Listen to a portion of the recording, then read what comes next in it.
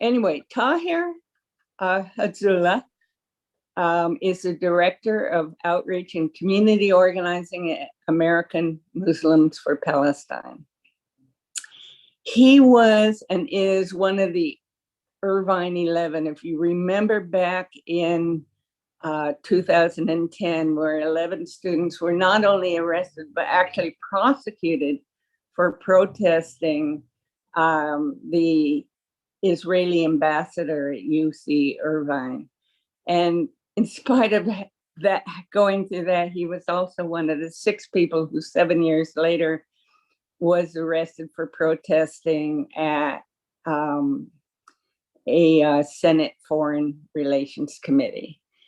He is doing his PhD studies today now in the intersection of Middle East and Islamic studies, Indigenous studies, critical ethnic studies, Black studies, religious studies, and of course, bringing that critical Muslim studies dimension into the curriculum for everybody.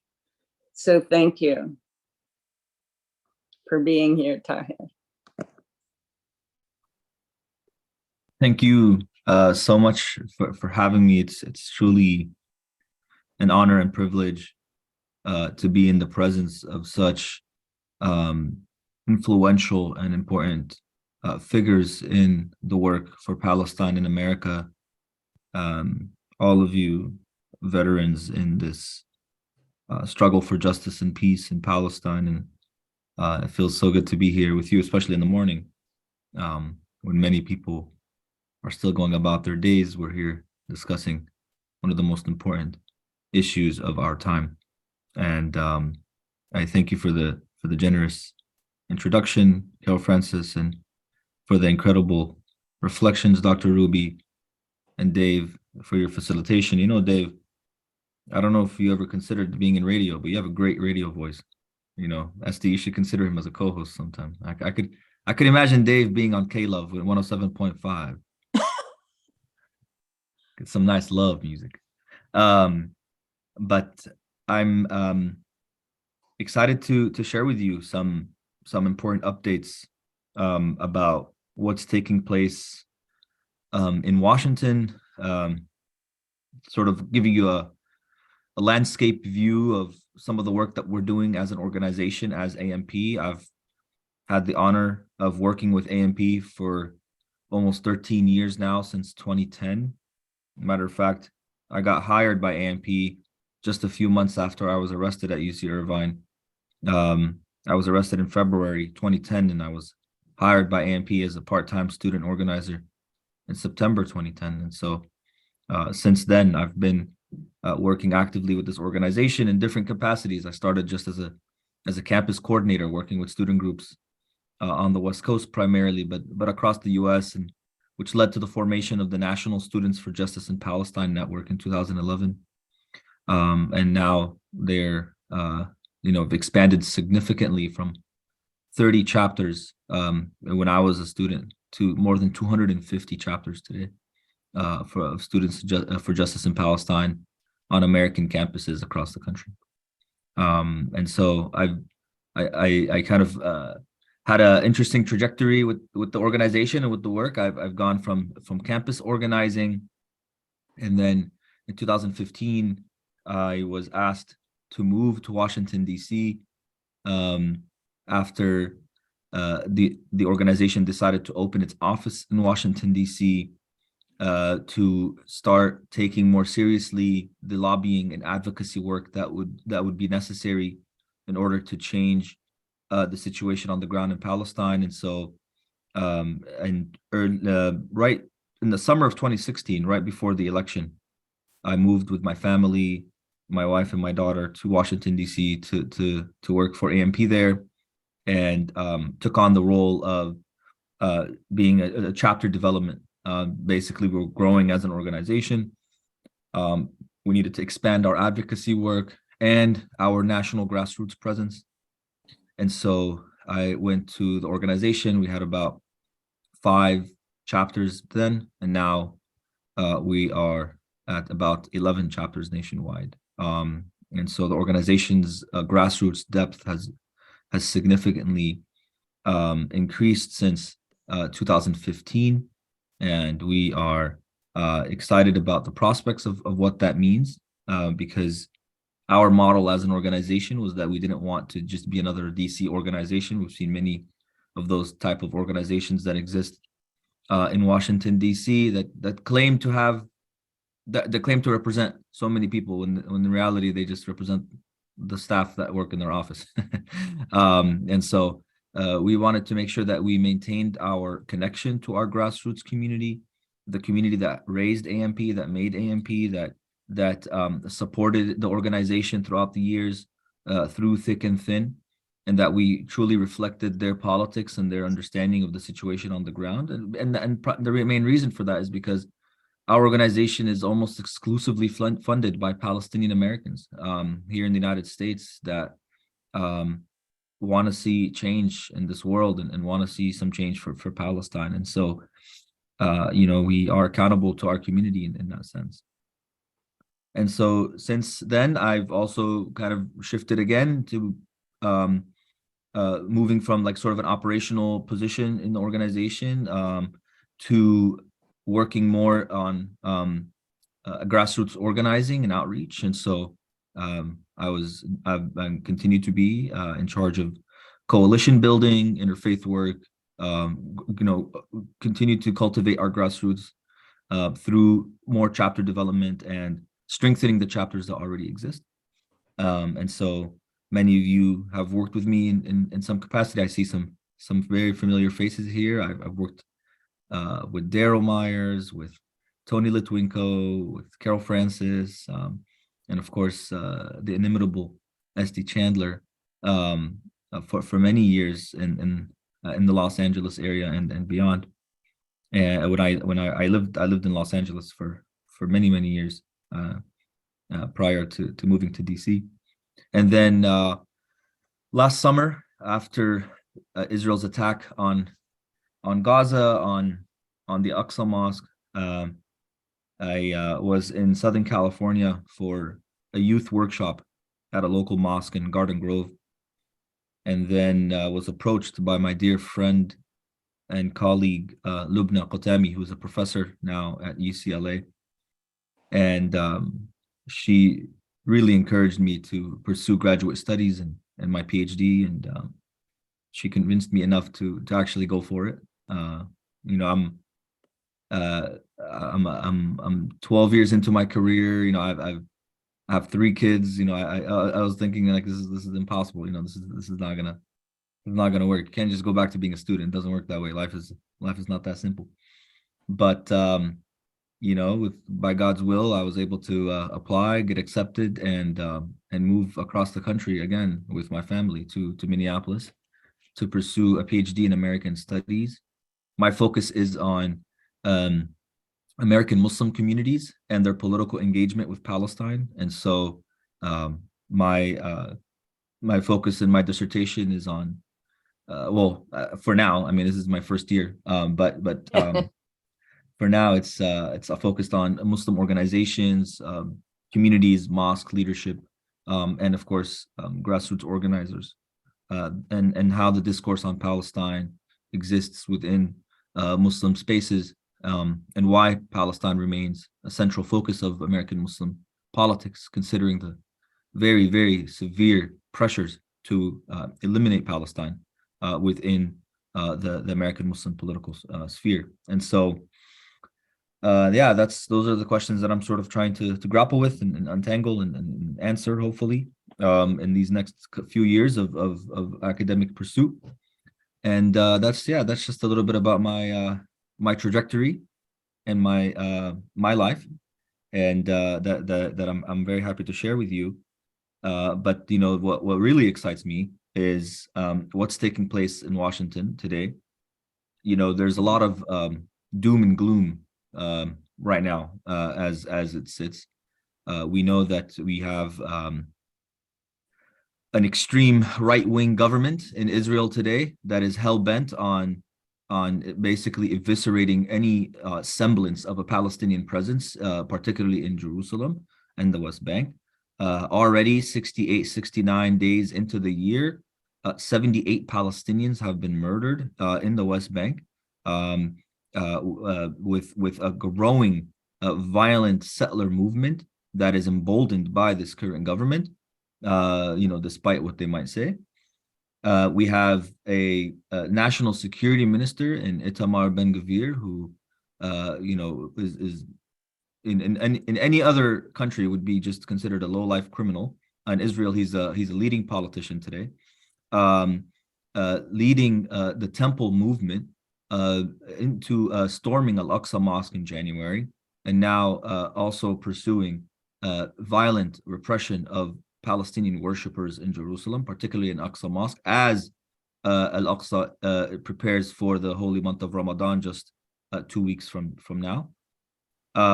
We have, as mentioned in the chat, Israeli ministers openly calling for ethnic cleansing and genocide. And despite all of these overt, proclamations and sayings from the Israeli government officials, the Biden administration is at best lukewarm when it comes to its response. I lived in DC from 2016 to 2022, so I went through the whole Trump era in Washington DC, and it was almost a daily protest, a daily aggravation, a daily opposition to the Trump administration, where we had Democrats standing vociferously against anything the Trump administration was doing, with the exception of some of the things that the Trump administration was doing when it came to Israel. The Democrats supposedly were against the cutting of funding to UNRWA. The Democrats were supposedly against the moving of the embassy to Jerusalem. Some of them, the Democrats were against the closing of the Palestinian consulate in Jerusalem, or the U.S. consulate that served or serviced the Palestinian population. There was so much opposition during the Trump years to what was taking place on the ground. There was opposition to the annexation of the West Bank. There was opposition to the recognition of sovereignty over the Golan Heights. There was so many. I could literally. It was too many to count the amount of things that apparently the Democrats were against when it came to what the Trump administration was doing, and all of those things that Trump was doing at the time, the Democrats are engaged in today, to some degree. The Biden administration refused to hold Israel accountable over the murder of the Palestinian American journalist Shireen Abu Akleh.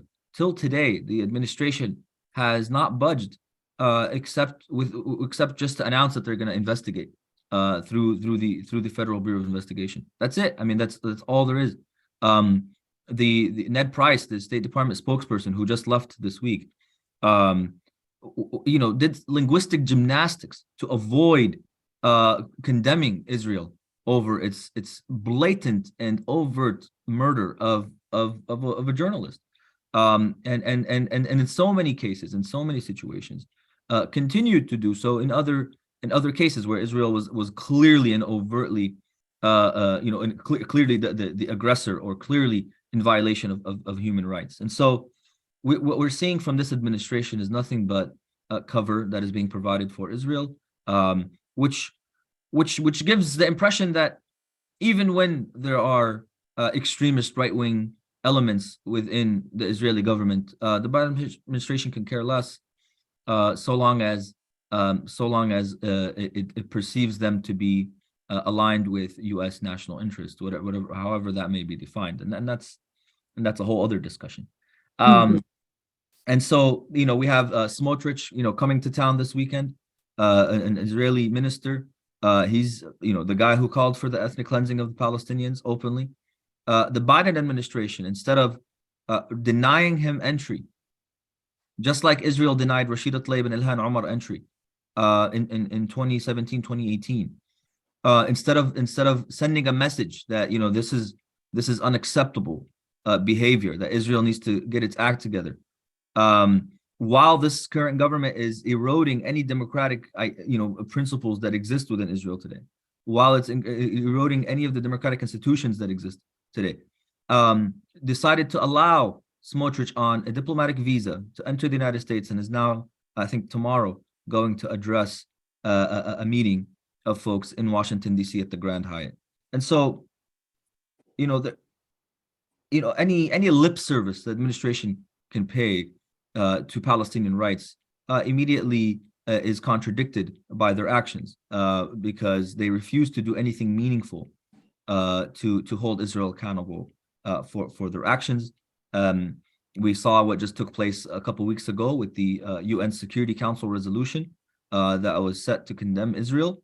The United Arab Emirates, a temporary member of the Security Council, introduced the resolution and then pulled the resolution at the behest of the Americans, who didn't want to be embarrassed that the whole world was voting yes to condemn Israel, and the United States was voting no or abstaining.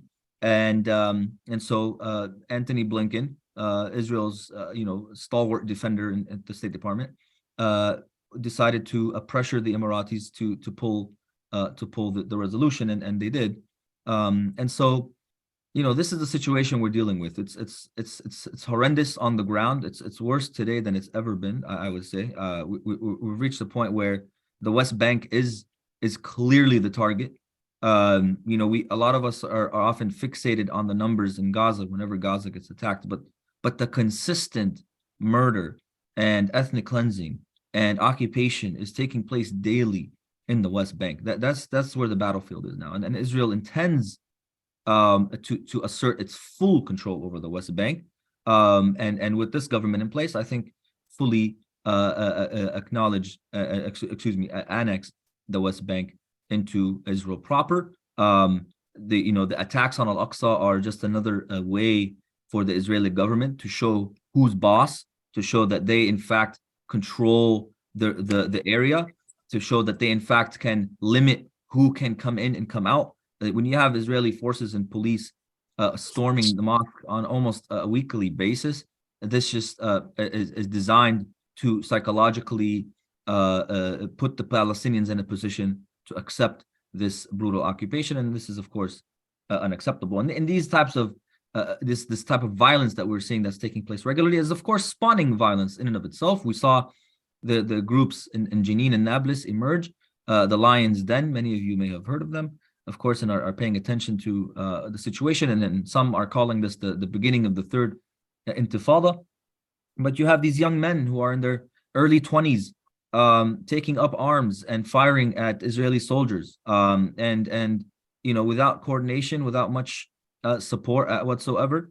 And they're led to this because they have no other choice. I mean, I was just speaking with a friend in Jerusalem, and he told me, he said, look, I'll be, any random kid, 16, 17-year-old kid, 15-year-old could be walking in the streets of Jerusalem, will get picked up by the Israeli police for no reason whatsoever, get put in jail and get placed on administrative detention. And they'll just leave him there for 3 weeks, 4 weeks, 5 weeks, sometimes a year or two. And just to show him that this is your life. This is what you will be dealing with in case you ever thought about resisting. And so this kid comes out of prison with no prospects now, because they've lost so much time from their young life. They're thrown back out into society, and now they're just expected to pick up where they left off, and that's just impossible. I mean, this is a situation with so many youth have been in prison for 4 or 5 years without charge, without any real reason. Administrative detention is a reality, and many of you are fully aware of this. And this, of course, is compounded by the home demolitions that we're seeing today, or the attacks on Silwan, the attacks on Msafir Yatta, the specific areas that they plan on building settlements. We saw that the Israeli government announced the construction of settlements, which is what spawned the UN Security Council resolution in the first place, just a few weeks ago. Despite Biden administration's pressure not to announce this thing, but Netanyahu wanted to make it clear that his administration was going to be strong on expansion and strong on security, and so therefore that trumped any the other consideration that the Americans might have had. And so the United States, while it may claim that it's against settlement expansion, does nothing to hold Israel accountable for settlement expansion. There's really no mechanism in place today that the United States has employed to hold Israel accountable for its expansion of settlements, despite their illegality under international law, and despite the fact that this is actually formally against U.S. policy. So this is kind of where we're at in the doom and gloom situation. However, there are some positive developments, and I'm going to share with you some slides of what we're doing. Everybody could see that clearly. Mm-hmm. And, yes. and is my sound well? I'm being heard? Okay, wonderful. Thank you, Rick. Kind of already went through AMP, some of the challenges we're dealing with. Obviously, we have one element that I didn't really focus on. There are two major things in the U.S. right now that we're fighting against. One of them is the continued attack on constitutional freedom and rights in the United States. Esty mentioned the film Boycott. Well, we're still fighting anti-BDS bills across the country. And now we're fighting IRA bills. The International Holocaust Remembrance Association definition of anti-Semitism includes criticism of Israel, and they're trying to adopt this definition across the country in state legislatures. And so we've fought battles in New Jersey and Virginia and multiple other states over this, in Maryland. And, this is another attempt to stifle criticism of Israel in the United States, another attempt to abruptly or throw obstacles in the growing momentum of Palestine advocacy and advocacy for Palestinian human rights in this country. And so it's a very top-down approach to legislate against this growing grassroots momentum against what Israel is doing today. And so we're seeing this taking place across the country. And then, of course, Israel for decades, but mainly in the past several years, has been trying to be admitted into the U.S. visa waiver program. We know the United States has a visa waiver program with many countries around the world, whereby U.S. citizens can travel to that country without a visa, and reciprocally, those citizens from that country can come to the United States and travel without a visa and enter without a visa. And so Israel has been trying to be admitted into this program for quite some time, but Israel has not met the threshold required by the U.S. government in order to enter into the visa waiver program. And how do they get disqualified for every time they try to apply? They get disqualified because Israel keeps denying people entry. I was one of those individuals in 2019 who was denied entry into Palestine. I tried to cross through Jordan, and they refused to allow me in. And they just gave me a letter that said that I was a threat to national security, and just sent me home after 8 hours of waiting at the bridge. And so many stories like mine, where Palestinian Americans, Muslim Americans, but primarily Palestinian Americans, are being denied entry into historic Palestine and Israel. And this has gotten so bad, in fact, that the State Department has a disclaimer on their website that essentially states that we recognize that so many people are having difficulty entering Israel Palestine if they are of Arab or Muslim background, and they just don't do anything to mitigate this problem. They just recognize that it is a problem, and so based on the denial rate, Israel has been disqualified into the visa waiver program. However, the Biden administration is giving another run to this campaign to include Israel into the visa waiver program. We, as an organization, have been involved in many meetings with the Department of Homeland Security and the State Department, advocating against Israel's inclusion into the visa waiver program based on what's called the COGAT rules, because Israel instituted new rules that were put into effect in October of 2022.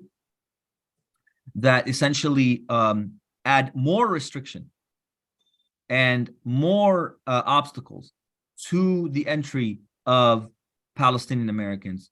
And now if I go, I'm required to essentially write down every single connection I have in Palestine. I'm essentially required to give them access to any documents that I may have as a Palestinian American that prove that I may have land rights in Palestine. So anything that with regards to inheritance or anything like that, which is ridiculously intrusive and absurd. And so Israel is using this as an intelligence collection tactic, as a way to prevent Palestinians who may have wealth or connections to land in the West Bank primarily from entering and from having access to that wealth and that land. And this clearly shows that there are initiatives by the Israelis to take that land because if you keep people away from it long enough, then Israel will make use of that land. And so these are the situations that we're dealing with. So based on COGAT, the new COGAT rules, we are advocating against this inclusion of the visa in the visa waiver program, and we were successful in preventing Israel last year from entering into the visa waiver program, and now it seems that they're making another run for it, despite not getting approved. And so these are some of the major challenges we're dealing with. Now, what we've been seeing over the past several years, and I know that you all have been noticing this for sure, a lot more Americans are just more aware of what's taking place on the ground in Palestine today, and a lot more Democrats in particular are strong supporters of Palestine compared to 10 years ago. And so we are tracking this. This is an interesting development. This is what kind of leads to eventual change when you have a critical mass within the society that are advocating for a certain position, and politicians start to pick up on it. And we're seeing that all these headlines that I'm sharing with you are from major news organizations that are also tracking this trend of shifting public opinion on Israel-Palestine. But one of the more funny sort of headlines was that the more Americans learn about Israel, the less they like it. And that's a study that was published by Haaretz just last year, and it's very true. Whereas the mainstream media was the primary source of information on Israel-Palestine for so long, the advent of social media has essentially disrupted this flow of information and allowed people to see directly on the ground what's taking place with their own eyes. And so certainly this has played a role in shifting the public opinion. And I would argue also the other reason that public opinion has shifted dramatically is because of the student organizing and activism that's taking place across the country. I think that it's clear that you see another headline here about younger generations.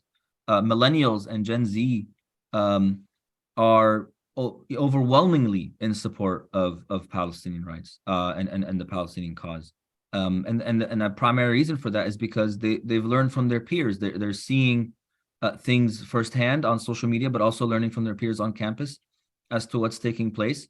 And they're the ones who are now voters, very important voters in some key elections. And so you're seeing a lot more politicians where Palestine used to be an act of political suicide if you approached it in prior decades, now is becoming a normal thing to advocate for. We're seeing people like Cori Bush, Summer Lee, Alexandria Ocasio-Cortez, Rashida, obviously, Ilhan, Mark Pocan and others openly advocating for Palestinian rights in the halls of Congress, on the House floor, when Gaza is under attack, or when Palestinians in Sheikh Jarrah are getting ethnically cleansed. There's statements coming out. There's resolutions commemorating the Nakba. There's a potential apartheid a bill that's going to be introduced soon. So there's so many things that are taking place now, and it's a reflection of the shift in the society, not necessarily because politicians woke up one day and decided they wanted to be more, more moral and more conscious. I think it's primarily because of this trend that we're seeing, that's even causing, very entrenched Democrats like Cory Booker to shift their language on issues. Even Senator Menendez of New Jersey, who is a stalwart advocate of Israel, when Shireen Abu Akleh was killed, issued a statement condemning it. I mean, that's unique. That's something that we are not necessarily used to in Washington. And for anybody who's been working on Palestine, and for those of you who have been working for decades, know this is something that's very hard to come by. And so we have some of these, the stats that we show folks when we talk about these things, but we're seeing that support for Palestinian rights is increasing among the general public, of course, among Democrats, minority communities, but definitely the highest support comes from Gen Z and millennials, as the years go by and people learn more. I was just in a Minneapolis high school last week, giving a presentation to juniors and seniors, and 99% of them were already aware of what's going on in Palestine, very supportive of Palestinian rights. It was incredible. I had never been in an audience, a public audience like that was already so supportive. But nonetheless, some of the work that we've been engaged in has had some positive impact. We've fought back against anti-BDS bills across the country. We fought back against anti-BDS bills in the U.S. Senate and the House. We've had successful boycott victories over the past several years, particularly in the last year. Now we're seeing major institutions and publications like the Harvard Crimson issue an editorial in support of BDS. And so, it's no longer about educating people about Palestine now. It's about taking decisive action to boycott Israel. I mean, this goes back many years, from the 2005 call to boycott Israel, where we saw an immense amount of support globally. But here in the United States, I mean, we just heard about the lawsuit that was just dropped, that was won by the American Studies Association and different faculty members who were engaged in the battle to adopt a boycott resolution in the American Studies Association back in 2013, 2014. I mean, this is 10 years ago that this resolution was presented and voted on unanimously, and then voted on by the membership and approved by the majority of the membership to boycott Israeli academic institutions. There are many examples of this across academia, and of course, many of you were involved in, or continue to be involved in, the interdenominational boycott work that is very important to shifting the institutional weight of the denominations in the U.S. against what is taking place on the ground in Palestine. And so these are very important developments that I think are important for us to be made aware of, but also to be engaged in. And of course, we saw the Ben and Jerry's win. I think the Ben and Jerry's win is a very unique one, because you have this company that was started by and owned by two Jewish men in Vermont, who for decades operated in Israel. There was a campaign against Ben and Jerry's, selling in occupied territory from like 2010. It's been a 12-year campaign, and the company kind of ignored calls for boycotting Israel or for removing their products from the settlements. And not until 2020 and the murder of George Floyd, the Ben and Jerry's company approached the movement for Black Lives, and they said, "Hey, we want to make a flavor that the proceeds of which would support your work and support the movement for Black Lives." A company that, Ben and Jerry's is known for its social justice sort of mission as a company, and the movement for Black Lives refused to engage with Ben and Jerry's unless and until they withdrew from the occupied territories. And so they used that as sort of as a leverage point to talk to the company and say, hey, how could you guys claim that you support Black lives and that you support justice when you are actively profiting from the occupation of Palestinians?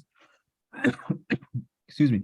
Wow. And that was a profound moment. I think that was a profound moment, that a watershed that kind of showed that the work that we had been doing as a movement to build intersectionally was really important and really beneficial to this cause, and that people fundamentally understood the plight of the Palestinian people. It wasn't a surface level solidarity. It was a deep understanding that our liberation is connected to each other, and that we cannot grow individually if other elements of our society and other people around the world continue to be oppressed. And I think that that was a really bold and principled move by the leadership of the movement for Black Lives.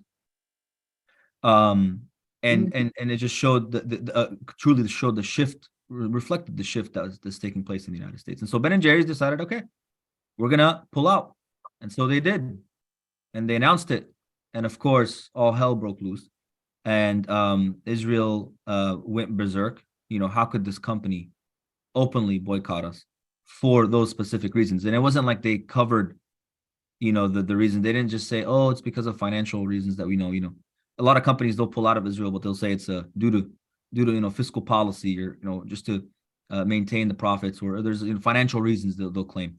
But this one was clear. It was overt. It was because Ben and Jerry's felt like their values as an organization did not align with what the country was doing, the state of Israel was doing. And so not only did Ben and Jerry's pull out of the settlements, but due to the nature of the agreements they had with the distributors in the state of Israel, Ben and Jerry's pulled out of the country entirely. And that is impressive. That is impressive. Of course, there's pressure on the company and its parent company, Unilever, to reverse this decision. Ben and Jerry's board, by law, has the authority to make the decision for the company, despite the fact that the parent company disagreed with this decision. The parent company sued Ben and Jerry's over this, and of course Ben and Jerry's won the case. The judge agreed with Ben and Jerry's just recently. So this is something that, you know, is incredible, that the company was willing not just to pull out of Israel and boycott on moral grounds, but they're also willing to go through the legal battle that lasted for more than a year against its parent company to ensure the validity of their decision to withdraw. So this is a sort of a corporate win. We talked about the campus dynamic, the campus, you know, incredible work that's been done, and of course we talked about the legislative work. And so all of that kind of gives you the idea that, you know, there are things taking place that are very important to the victory of this movement, and hopefully creating major shifts, despite what the Biden administration might be doing, or what any administration really is going to do. This is sort of the work that we've been working on. You know, I already talked about our fight against the anti-boycott measures. You know, back in 2017, Ben Cardin, senator from Maryland, introduced this piece of legislation. It was it looked like it was going to move forward until everybody worked hard to fight back against it. We had civil liberties groups like the ACLU issuing full statements on how this would violate constitutional rights of Americans at the behest of a foreign country, which makes no sense. Luckily, this bill did not pass.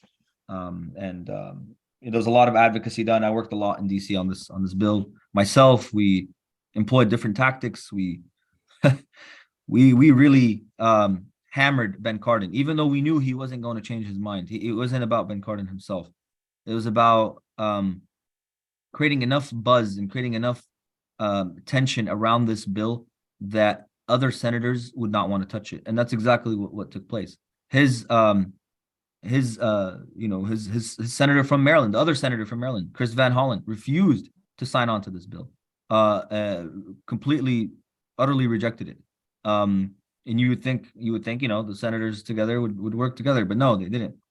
Kristen Gillibrand from New York, who was an original co-sponsor of the bill, withdrew her co-sponsorship, which is also unprecedented. That doesn't usually happen. And so that it was clear that our advocacy, and it wasn't just AMPs, is a broad movement of folks working on this across the country. It was working. It was causing enough ruckus that this bill eventually died. Now we do have some opportunities, like I mentioned. We do have a warming House and Senate, a robust and growing social justice movement across the U.S. and an active generation of organizers in the United States from the Gen Z and millennials. And just to give you like an idea of what we're doing as AMP across the U.S., we have our chapters, of course, but we're doing events and programs, and our reach really goes beyond our chapters, as shown here in this graphic.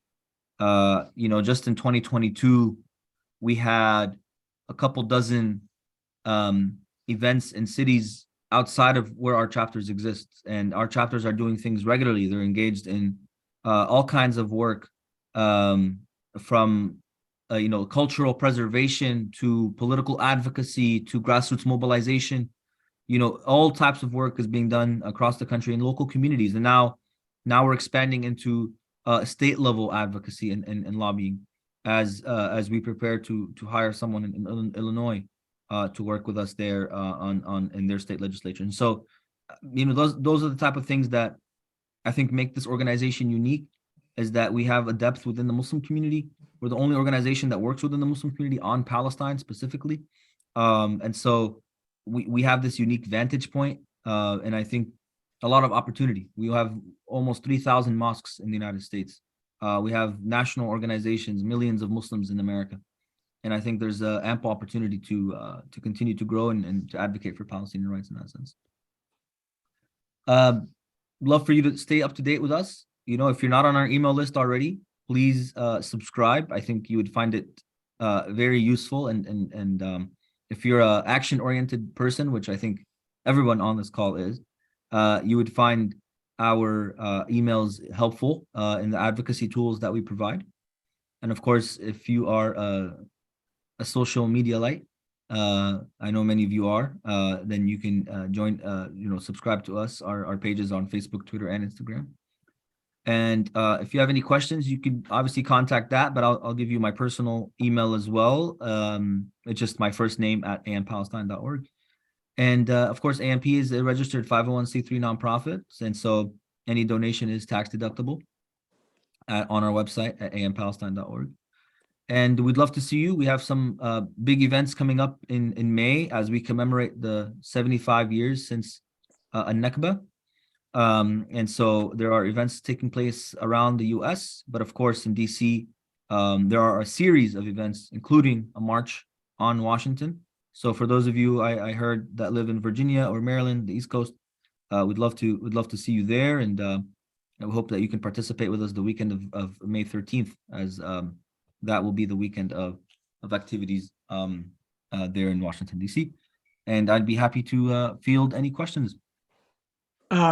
Thank you so much for this presentation. It was so packed with information and updates, but also such compassion and inspiration for us as an activist group. I have two combined questions. You mentioned an upcoming apartheid bill, and if you could elaborate on that, who are some of the sponsors and how you could see a group like ICUJP, which is both has its own standing, but we are a coalition of many organizations, coalitions, yes, and other groups. So the apartheid bill, and then secondly, we're seeing an uproar over new policies by the Netanyahu government, independence of the judiciary, etc. But do you, in an ironic way, are you seeing enough, which is all about protecting civil society in Israel, but is that blunting the reaction to the human rights violations against Palestinians? And to what extent are those huge protests that we're seeing in Israel, are they combining those messages so that Palestinian rights are part of those protests as well? Excellent questions. Yeah. As far as your first question is concerned with the apartheid bill, unfortunately, I don't have that much details to share, just because it's in the very early stages, and I only mention it because I think it's going to be a major development in the advocacy work on the legislative front that we're doing. But we hope that it will be introduced later this summer, maybe around the Nakba time. But it's still so let's stay in touch on that. And I will definitely keep you all up to speed about it, Yes. because your advocacy is really important in that sense. Good. As far as the second question is concerned, yeah, I mean, I think all of us have been paying attention to these protests that have been taking place for months now in Israel. And the unfortunate reality is that the messages that we're seeing from the protests are not directed at, Israel's occupation. They're directed at, quote, saving democracy, whatever that means. And it's been hard to find room for solidarity for Palestinians within that framework. As Israel continues to kill people in Nablus and Jenin and other parts of the West Bank. Those protesters seem ambivalent to this. It's sad, really. Generally speaking, I know there are some maybe who have been maybe vocal about it, but we don't see those thousands of protesters marching on the West Bank, stopping the Israeli military from engaging in these atrocious actions. We don't see those people marching to the Gaza border to end the siege. There's no indication that this is the movement that we've been waiting for. And so, as Esti just mentioned in the chat, it's a movement meant to save democracy for Jews in an apartheid state. And so, the unfortunate reality is that we have little to no hope in that being the way forward. However, I will say that it's a very interesting development in the sense that it's clearly showing that even to a society that has been living sort of nonchalantly okay with the occupation over the decades is now mobilized because they fear that the tactics that the Israeli government is employing against the Palestinians will be employed against them. And so I find that to be fascinating and sad at the same time that this is the situation that we're in. Okay, first of all, Taher, do you know who the contact would be for AMP for any demonstrations in California in May? That is a good question. Yeah, so we have two different regions. We have the Los Angeles. Well, we have three regions in California technically. We have the Bay Area folks that are working.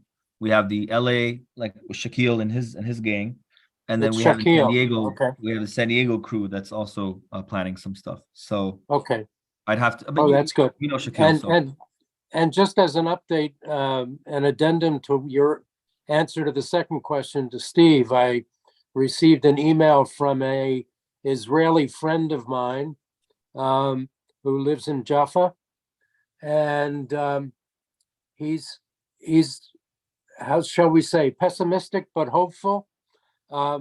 He once again reinforces the idea that any alliance between the protests and the Palestinians is almost negligible, and a number of his friends have started talking about leaving the country permanently to find residence in other countries. So once again, that the situation is pretty much what you described it. Hey, you are on the same venture that I've been on for years, because my mother was Muslim and my father was religious science with Ernest Holmes, and my grandparents were Methodist. And so I went to school with all, in the 40s, with all different religions, and I celebrated the Jewish holidays. So I've been around, and I came up with what you were talking about, the them taking everything away. What about, is there a group called Harmony and Unification, so that we can blend together the good things instead of trying to put them aside, or, like you were expressing, what did you say, expansion? What was that called? The settler expansion into the West Bank and other areas. Yeah, instead of harmony and unification. Yeah, I mean, Israel's intent was never to unify with Palestinians. There was no intent to absorb the Palestinian society whatsoever when it established the state of Israel in 1948. I mean, the idea is that it's a settler colonial endeavor that seeks to eliminate the native population in order to bring an outside population to live there. I mean, it's very clear, and I think that any hope that Germany did too. So there is hope. There is a way. And we have a new group here that is supporting in that. So this is what I'm seeing the focus on, which is important. I went to school in Germany. So, and I have German friends. So, I mean, there is a way. We have to just know that there's a way, and have the faith and the belief that we can do it. And I know we can do it. Harmony and unification rather than expansion and taken away. So that's all I had to say. I think a lot of that is based on how willing Zionists are to engage in harmony and unification with a society that they don't even recognize as being equal to them or even existent. And so, this is the major problem that we deal with today. And I think one of the biggest obstacles towards any fundamental resolution is applying models that took place around the globe. Germany could reunify because they're all Germans at the end of the day. But this is a wholly different. I would compare this more to French Algeria than I would compare it to Germany, where you have an occupying force coming from overseas, inserting their population onto native lands and erasing the native, and that's exactly what's taking place today, and it's been happening for decades.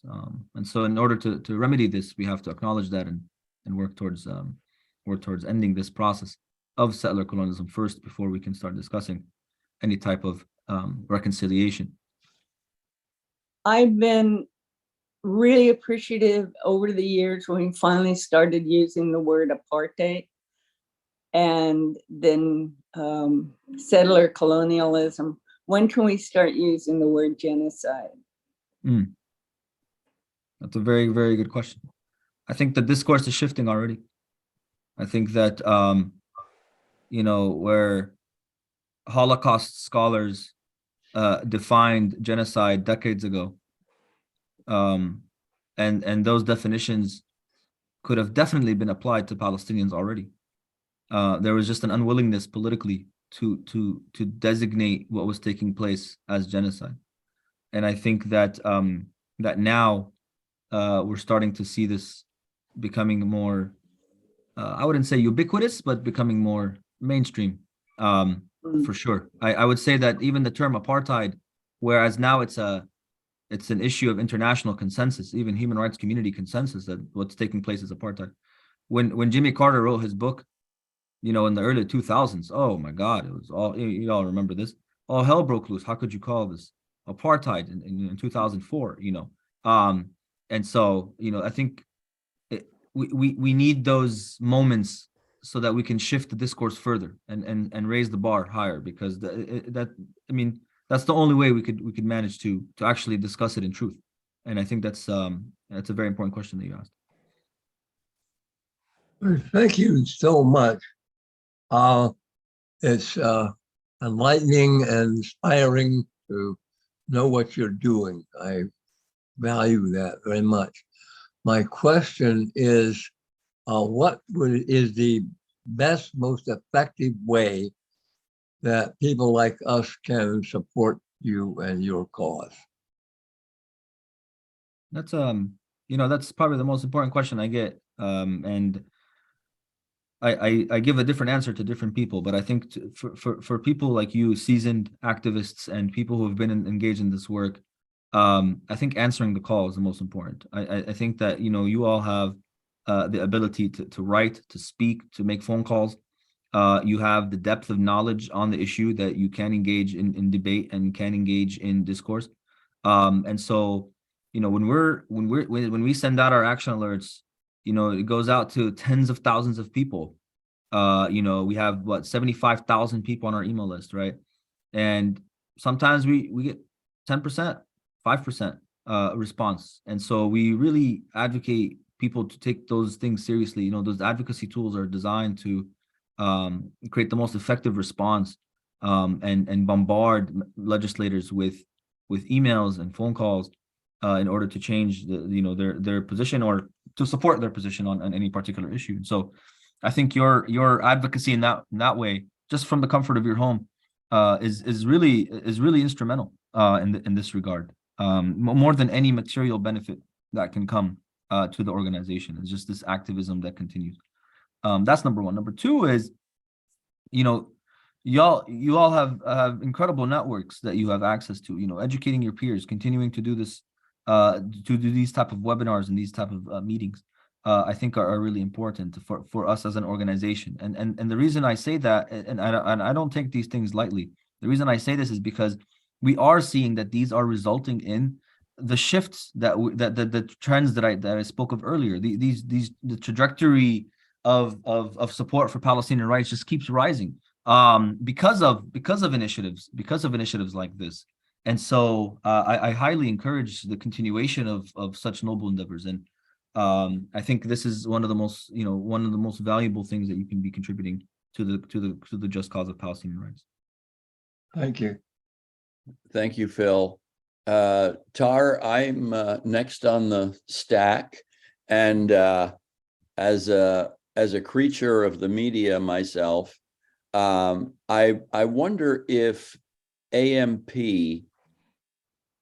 has explored the issue of Zionist propaganda as it appears in the entertainment industry.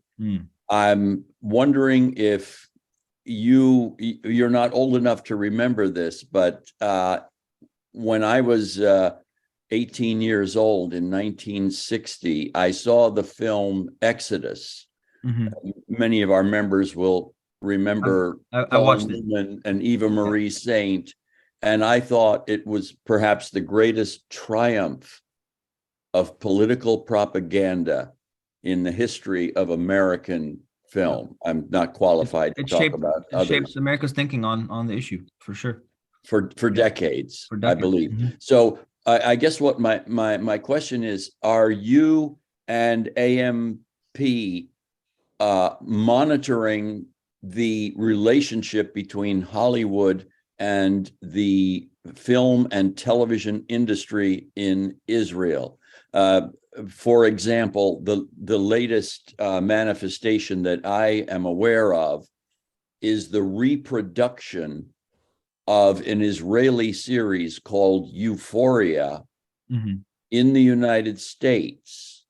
And the star of that show, who is Israeli, recently received a nomination for Best Female Performer from the Screen Actors Guild Awards.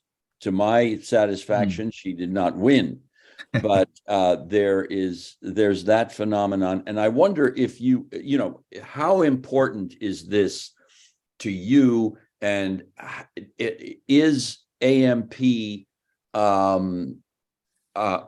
working on it, researching it, publicizing the issue? I'd really like to know, because AMP is doing so much other excellent work. This is, for me, what I believe this is going to be AMP's new frontier, because admittedly we have not focused on this aspect of the work, and I think that there is ample opportunity and a real need for advocacy on the Hollywood front. I've only worked on one campaign so far when it comes to Hollywood. We know that there have been several propaganda pieces done on Israel film-wise. We know Steven Spielberg, just keeps producing these masterpiece pieces, from Schindler's List to Munich to others in support of Israel. We know that in recent years, Gal Gadot, the former Israeli soldier, now starring in DC Comics films, these massive productions that are bringing millions of dollars, and she's Wonder Woman. And recently, Disney's Marvel announced that they were producing a new Captain America film with an Israeli superhero, and the Israeli superhero's name, a character, was titled Sabra. Her name was Sabra, and she is a Mossad agent who essentially would be part of the Marvel Comics universe superheroes. And so we launched a campaign late last year, in about October or November of last year, to get Marvel to drop Sabra as a character in the film. And so luckily I had a connection with a Disney executive. I contacted her. We set up meetings. We had a very productive meeting with their executive team just in December of 2022, where we explained why this character is problematic, why this character is violent towards Palestinians, and in fact, the character in the comics is actually violent towards Palestinians. As a matter of fact, in the comic books, the character kills Palestinians, and so we expressed our dismay and disappointment with Marvel, who's been really trying to make headway in the social justice sense. They've been trying to really be inclusive, and they have Black directors on films, and it's just incredible. I mean, they've done a really good job in that sense. So we kind of said, this kind of goes against what you've been doing for several years, and it just doesn't make sense to include a character that openly supports apartheid and genocide in your films. And so, with that being said, we got word back just earlier last month that they actually rewrote that character entirely, based on the conversation that we had with them, and they're no longer having an Israeli Mossad agent character in the next upcoming 2024 Captain America film. So for me, that sort of that, like, oh wow, there's room for maneuvering here, and I think for me, like personally, that's it's an issue of much interest, because there are organizations that do inclusion work, like from the Muslim community standpoint. MPAC does some Hollywood work. ADC has done some stuff on Arab representation in Hollywood, but there hasn't been a focus on Palestine. I mean, Netflix is replete with Israeli propaganda shows like Fawda and others, and just recently they released the comedian Mo Amer's series on Netflix, and that caused the ruckus. And just recently they also released a film called Farha about the Nakba. That also caused the ruckus. And so Netflix has been trying to balance now between what they're showing, because there's so many Israeli shows on Netflix, versus including more Palestinian content, because they recognize that there's a global market here that they need to not anger. And so I think Disney is on the same wavelength. And so we're seeing this taking place. I wish I could tell you there's more, but there isn't. We don't have the capacity to take on Hollywood as a major advocacy point, but I think that we definitely want to. And this is something that maybe, I mean, Dave, you worked in Hollywood many years. I know you're a very accomplished actor. This is something that I think we need to build on and maybe utilize some of the connections that we have within our community and within our solidarity spaces in Hollywood to to develop a robust Palestine advocacy component in Hollywood that dismantles and fights back against Zionist propaganda. Because it's really, I mean, they invest a lot of money in this. I mean, when you have the Israeli consul in LA meeting with Hollywood executives, I mean, there's clearly a reason why. I mean, they take it very seriously. I mean, they know that the public image of Israel is deteriorating in the public eye, and they need to manage that. And so, if we can fight back against it, and if we can, throw obstacles in their path, and take advantage of the shifts that are taking place in Hollywood right now in general when it comes to diversity and inclusion, then I think that we could potentially make some major headway there. But definitely, I would love to discuss that further with you. Thank you. As a footnote, I would like to mention 2 documentary films dealing with the portrayal of Arabs in Hollywood films. The first one that I was aware of was, I believe, is called, you can confirm this or correct me, Real Arabs. Real Bad Arabs. Yeah, based on Jack Shaheen's work. Mm-hmm. Real Bad Arabs. Yeah, real, REEL. Yeah, like a film reel. The pun on real. Right. That was the first film that I was aware of, and then there was another film that I think was very well made by a man who was a guest with ICUJP. His name is Michael Singh, SINGH, and he directed a film called Valentino's Ghost. Yes. Valentino's Ghost. And many excellent points made in that film, going all the way back to the portrayal of the Sheikh by Rudolph Valentino. Some of the first Hollywood films. Yes. And they were already demonizing Arabs. Right. First stuff that ever came out, when people were paying pennies to go and watch them in the what do they call them, in the picture shows. Yeah, it's incredible how long decades of demonization, and it's really incredible. It's going to take a lot of work for Hollywood to reverse that. Yeah. And finally, Rick, I apologize for adding footnotes to my question and Taher's answers.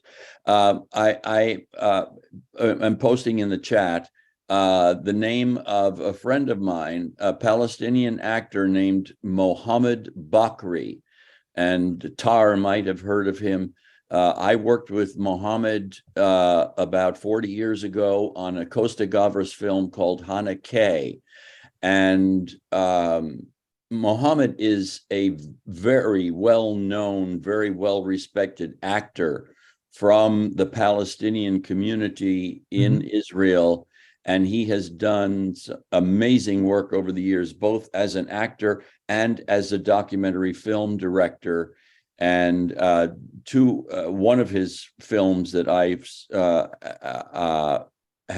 I'm looking forward to seeing, and it can be seen on YouTube, is called Janine, about the Israeli invasion of the Jenin refugee camp. So I'm putting Mohammed's name in the chat, and Rick, handing off to you. Thank you, Taher. Thank you very much for the presentation. It is very informative, and I did want to ask you about one thing, because I know that as you mentioned, there's a pretty big groundswell in youth movements in high schools and colleges around the issues of Palestine. And one of the things that we wanted to do with ICUJP is be able to work with maybe college organizations to talk, to bring them in to have them do presentations. We probably want to do something like that on school breaks, like, spring break and stuff where you don't have a class on a Friday morning. Yeah. So if you have any information on any groups that you're working with, maybe specifically in the LA area regarding, college organizations, if you can share that, we can look at that offline, but that's definitely something we want to take a look at. Yeah, definitely. Let's connect. I have Sounds good. some local SJPs that would be great. Sounds good. Thank you. I see one more hand. I may be missing someone, but I see a hand raised by Stephen Fisk. Yes, hi, thank you, Taher, for that presentation.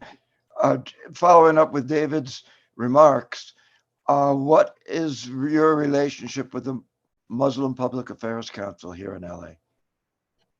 Yeah, that's a separate organization. They do, I think, a lot more local advocacy in the LA area. But we're familiar with them. I know them. I know Salam Mariati and some of the other folks that work there. So we're definitely familiar with them. We don't have any formal relationship, but we're aware of them, and we have worked with them in the past.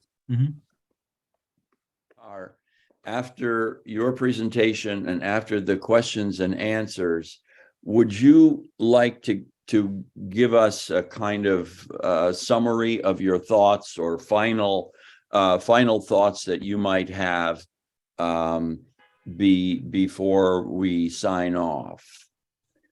Yeah, I've been thinking about this a lot lately, and I think that, despite what's taking place on the ground, I think, we live in this weird paradox right now where the situation could not be worse in Palestine. I mean, it's worse than it's been in decades. And despite that, our advocacy and our work in the US has never been better. I mean, the access that we have, the microphone that's been given to us in many cases, despite the attacks, despite what we continue to endure as Palestine advocates in the United States, I would say that there is a lot more recognition and acceptance of the Palestinian narrative than there has ever been before. And so this gives me a lot of hope. This gives me a lot of just positive feeling that we're on the cusp of something great. We're almost there. I think that it's been a long time coming that we can say that the United States will shift its policy towards a more just outcome for the Palestinian people. And I think when you look at the geopolitical landscape, it's never been worse. You have Arab regimes or normalizing with Israel. You have Israel, just carte blanche, doing whatever it wants to the Palestinian people. You have a U.S. administration that not only is silent and complicit, but actively engaged in, the occupation of Palestinians at this point. But I think what we have now that's different than before is, you have a lot more public recognition that this is wrong. You have a lot more politicians and people in higher positions who recognize that this cannot continue. And I can tell you right now that from, just internal conversations with people that I've been having, that, people that work in the White House, people that work in the Senate, people who work in the House, there are a lot of people questioning right now this whole idea that Israel is an asset to the United States in the region. There are people that seeing it as a liability. I mean, it's just openly talked about now. It's openly talked about in the National Security Council at this point. I mean, and that's big. I think that's a huge thing. And I think it's only a matter of time until we get an administration that recognizes that there needs to be a shift in the region, that there needs to be a different trajectory. And nobody's going to act on human rights grounds alone. Nobody does. Because if the United States sees that Israel is beneficial to it in the long term, as far as the geopolitical sort of standing in the region, then they can care less about Palestinian rights. And I'll just be frank. It doesn't matter whether it's a Republican or Democratic administration. But what's taking place on the ground, civil society, incredible. What's taking place with student groups, incredible. What's taking place in churches, incredible. Hollywood even, and so I think these positive trends will definitely surpass and already are what the government will ever do in order to correct the mistakes done against the Palestinians. And I think that, you know, as we saw with the apartheid regime in South Africa, the U.S. government was the last to come around. The U.S. Congress was the last to come around. We had already had banks, we had universities, we had massive uprisings and movements against apartheid South Africa in the United States. Everybody, corporations had already pulled out. And then finally, the U.S. Congress reluctantly voted to condemn apartheid South Africa and cut ties. And so this is something that we see already happening. This discussion is already taking place, you know, in the context of Palestine. I think it's only a matter of time where we reach critical mass and hopefully see something within our lifetimes that's beneficial for the Palestinian people and for everybody involved in this very long drawn out conflict. Taher, this is Tony Ludwinko. Just a side note: Congress not only voted for it, but they overrode Reagan's veto, Yeah, which is incredible. really significant. That's incredible. Yeah. So even if we have a bad president, it still happened with a good Congress. We'll see. Dave, if I can exercise chair privilege, Tar, we end our meetings. We're going to go into a virtual circle in a moment where we lift up people who need a good word. But we end the closing circle with a prayer and a send-off for the week ahead in the spirit of faith and justice and peace. And if I'm not putting you on the spot, if you have a passage from the Quran, as well as a translation to share with us to end our meeting, I think we would all be inspired. Yeah, absolutely. Absolutely. Thank you. Thank you, Steve. And Carol Francis, your hand. Yes, I just wanted to say Midal was the most incredible movie that I've seen. And it wasn't a documentary, it was a narrative about Palestine. And it was done by a Jewish director. Yeah, next week we are having a program on mental health. It's shaping up in a couple different ways. Hopefully we can take a look at that for activists as well. And also, you know, the shape of mental health support in the United States right now. So if you can join us, that would be great.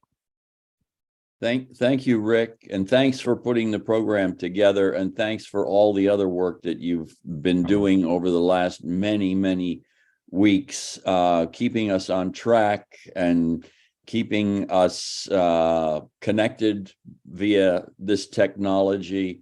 You've done a great job, and I'm just trying to keep up with all you guys. Well, you're doing a hell of a job. Oh, pardon my language. Sorry about that. So do we have any other announcements? I see Phil Way has a hand raised, but maybe that's an old hand. Michael does too. I'm sorry. Yes, Yeah, it's okay. Phil and Michael Novick. Let's go to Michael Novick first, because I overlooked you. Right. I had a couple of quick ones. Tomorrow night, I'm doing a book talk at Village Well in Culver City with the book Blue Agave Revolution, and also talking about a chapter I have in a book that just came out, No Pasaran, Anti-Fascist Dispatches from a World in Crisis. Village Well is 9900 Culver Boulevard. It's at 5 p.m. on Saturday.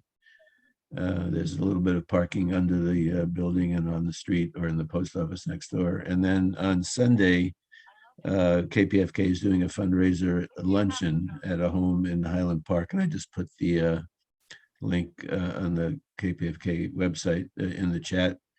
If you're interested in coming, please sign up today for that, because I have to let the Sheila Pinkel, who's hosting it, know how many people to expect on Sunday. Thank you. Thank you, Michael. Does anyone else have an announcement? I'd like to plug an event that Fidel Sanchez is organizing.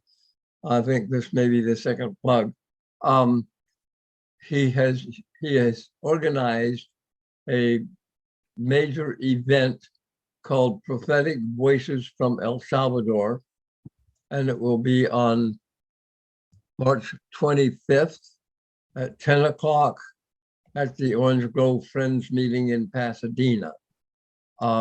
People like me and Maggie and Kathy Deppy and other ICUJ people will be involved in the program, and we encourage all of you to join us. Thank you. Thank you, Phil. What day of the week is the 25th? Saturday. Saturday. Okay. All right. So Saturday, the 25th at 10 a.m., I believe you said. Right. And that's our dear friend Fidel organizing and performing, and Maggie as well. And did you mention somebody else from ICUJP? Kathy Deppy has been part of the ICUJP house band, I guess you could call it. Okay. Phil, Great. if you guys have something that I can put on the website, if you can forward it to me, that would be great. I will do that. Thank you. Okay. Thank you, Rick and Phil. Now, if there are no more announcements, let us join hands in a virtual circle. And those of us who want to remember someone or to lift someone up, please speak out. And then when the circle goes more or less silent, Taher, I'll ask you to give us some thoughts from the Quran. Okay, so hands together and let's hear about people whom we wish to lift up. Just remember Rita Lowenthal, Mhm. one of the founders of ICUJP. Her birthday is the 12th. Think of her on that day. Thank you. I'd like to remember somebody that I've met a couple times, and there are people that I think about that have an aura about them, and he was very much somebody that had a glow about him, and just a nice man, a musician named David Lindley, who played on many recordings, passed away last week. And it's still, every time I think about him, a smile, because he always had a amazingly quick wit. So just thinking about him as well. And he was an amazing instrumentalist on more than one instrument. Yes. Just breathtaking what he could do in support of other people. And I'm sorry to hear that we lost him. And then Daryl. Yes, I heard yesterday that one of my favorite people, and of many who worked in Palestine and here in the US and Canada, a Canadian, Robert Astley, who worked over there and also as a pastor in Montreal and other parts of Canada, is very near death.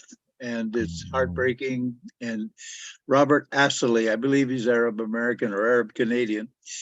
And want to remember Robert Astley, a most marvelous human being. Thank you. This is Michael. I want to lift up Greg Foisey, who's a peace educator. I don't know why, but I works on got change out links, but he's dealing with the need for dialysis and is on a waiting list for a transplant. And so keep him in your prayers. Thank you. Yeah, I want to remember us, if I could ever forget my best friend ever. Paula was volunteering at the registrar 4 days a week at People's College of Law, which her mom helped found. And the moment she retired from that, the first thing she told me was, I'm going to start going to ICUJP. So she was with us for a while, and she had Alzheimer's, and she'd been fading, dying for a while, but she's such a vibrant person. I'd like to add to that a little bit. Paula was what I would call a modest powerhouse.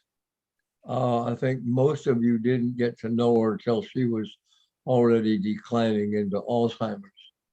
But she was an incredible woman. And did you already mention the memorial date, Cleopatra? Yeah. Okay. April 9th. Yeah.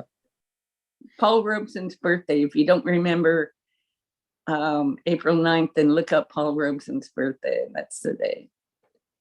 Okay. It's a Sunday. Easter. Is it?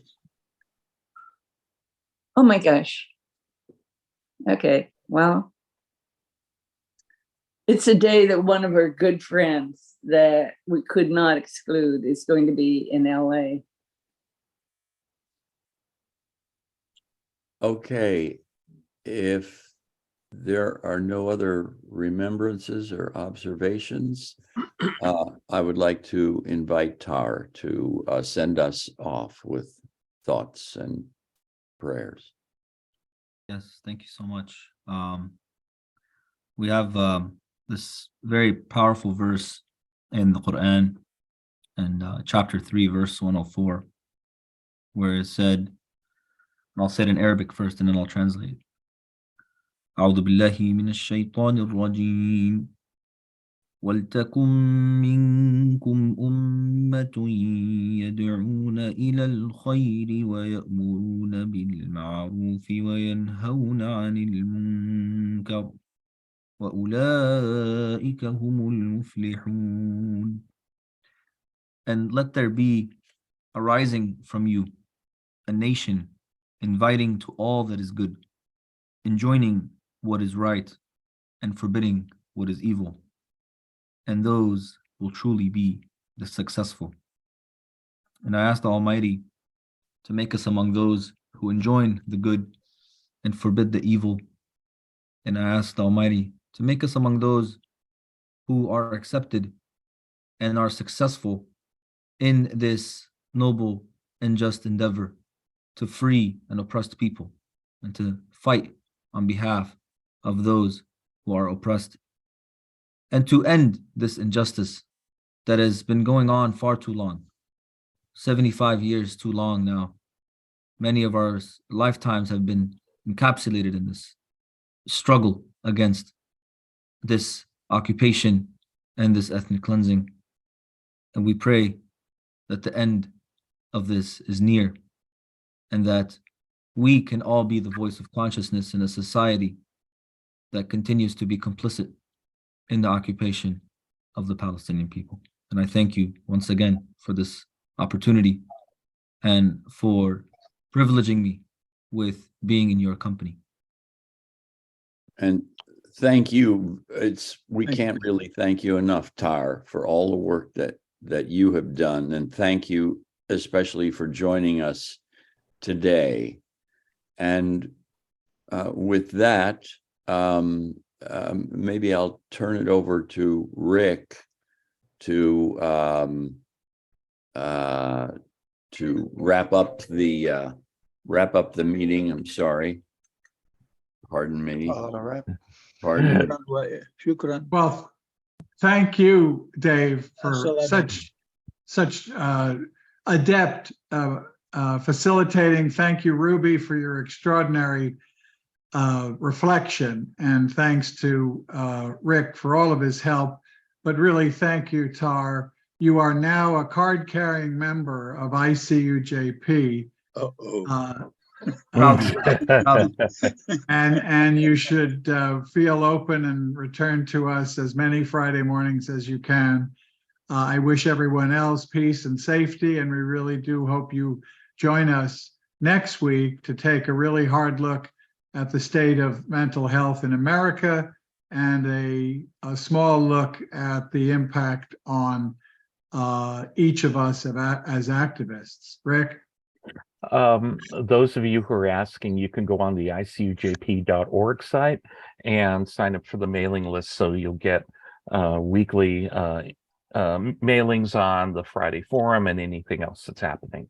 So thank you very much.